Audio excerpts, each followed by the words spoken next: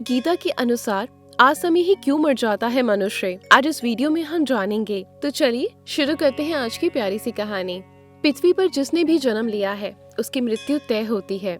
ये एक ऐसा सत्य है जिसे बदलना नामुमकिन है। फर्क इतना है कि हर मनुष्य की मृत्यु अलग अलग तरीके से होती है। ऐसे में क्या आप ये जानते हैं कि गीता के अनुसार अकाल मृत्यु क्यों होती है? धरती में प्राणियों की संख्या इतनी है कि प्रति एक दिन किसी न किसी की मृत्यु होती रहती है। वहीं हर मनुष्य को मोक्ष भी प्राप्त नहीं होता। उनमें से कुछ भी ऐसी आत्माएं होती हैं जो सदियों तक धरती में ही रह जाती हैं। उनके पीछे का कारण उनकी अकाल मृत्यु है। आपने कई बार देखा होगा, आए दिन दुर्घटना या फिर किसी प्राकृतिक आपदा का शिकार हो जाते हैं, जिसके चलते उनकी मृत्यु हो जाती है। इस तरह की मौतों को धर्म शास्त्रों में अकाल मृत्यु कहा जाता है। अकाल मृत्यु वो स्थिति है जब मनुष्य का शरीर नष्ट हो जाता है किंतु आत्मा संसार में ही रह जाती है। लेकिन सवाल ये उठता है कि अकाल मृत्यु के पीछे का क्या कारण होता है और उसके बाद जीव की आत्मा का क्या होता है। उससे पहले आपको बता दें कि अकाल मृत्यु क्यों होती है। गरुड़ पुराण के 7 अध्याय में उल्लेख मिलता है कि यदि कोई प्राणी भूख से तड़प तड़प कर मर जाता है या फिर जहरीला पदार्थ सेवन करने से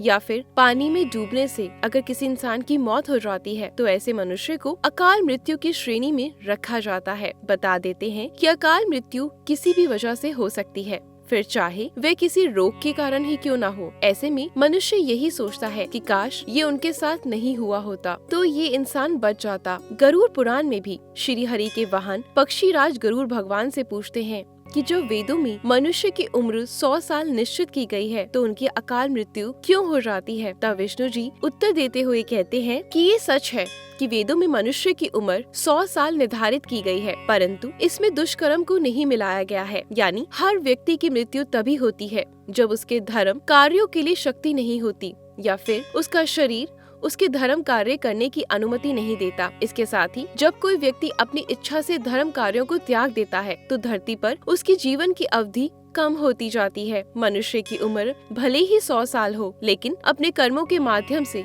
वे अपनी उम्र को खुद ही नष्ट करता चला जाता है। धर्म व वेदों का ज्ञान न होने के कारण व्यक्ति जान ही नहीं पाता कि वह कुकर्म करता जा रहा है। अब बात आती है मृत्यु के बाद आत्मा का क्या होता है। गरुड़ पुराण में विष्णु जी आगे ये कहते हैं कि मनुष्य के जीवन के 7 चक्र निश्चित हैं। ऐसे में अकाल मृत्यु को प्राप्त होने वाले जो मनुष्य इस चक्र को पूरा नहीं कर पाते उसे मृत्यु के बाद भी बहुत सारे कष्ट भोगने पड़ते हैं। दरअसल अचानक ही मृत्यु होने के चलने से व्यक्ति की इच्छा, कामना और तृष्णा बनी रहती है जो कभी पूरी नहीं हो पाती। ऐसे में मनुष्य का शरीर तो नष्ट हो जाता है लेकिन आत्मा का मोह नहीं छूटता। इस स्थिति में अकाल मृत्यु वाली आत्माएं अपने घर वालों को कष्ट पहुंचाती हैं और अपनी इच्छाएं पूरी करने की कोशिश करती हैं। बता देते हैं कि गरुड़ पुराण में बताया गया है कि प्राकृतिक मौत से मरने वाले व्यक्तियों को 3, 10, 13 या 40 दिन में दूसरा शरीर प्राप्त हो जाता है। लेकिन अकाल मृत्यु के बाद आत्मा पहले खुद प्रेत, पिशाच, ब्रह्म राक्षस, बेताल, छत्रपाल योनि में भटकती रहती है। उनकी आत्मा को शांति नहीं मिलती। बता देते हैं कि इस पुराण में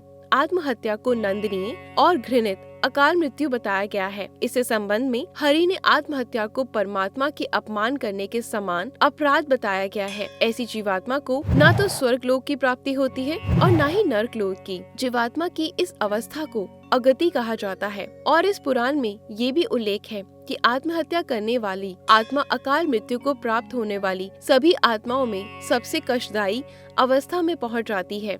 ये भी बता देते हैं कि अगर कोई नव युवती स्त्री की अकाल मृत्यु हो जाती है वो चुड़ैल बन जाती है। वहीं जब किसी कुंवारी कन्या की अकाल मृत्यु हो जाती है तो वो देवी योनि में भटकती रहती है। इन सब के अलावा इस पुराण में अकाल मृत्यु के चलते मृत आत्मा की शांति प्रदान करने के लिए कई तरह के उपाय बताए गए हैं, जिसमें ये जिक्र है कि इस तरह की मृत्यु को प्राप्त करने वाली आत्मा द्वारा उनके परिवारजनों को नदी या तालाब में तर्पण करना चाहिए। साथ ही मृत आत्मा की इच्छा की पूर्ति के लिए पिंडदान, पुण्य, गीता का पाठ जरूर करवाना चाहिए।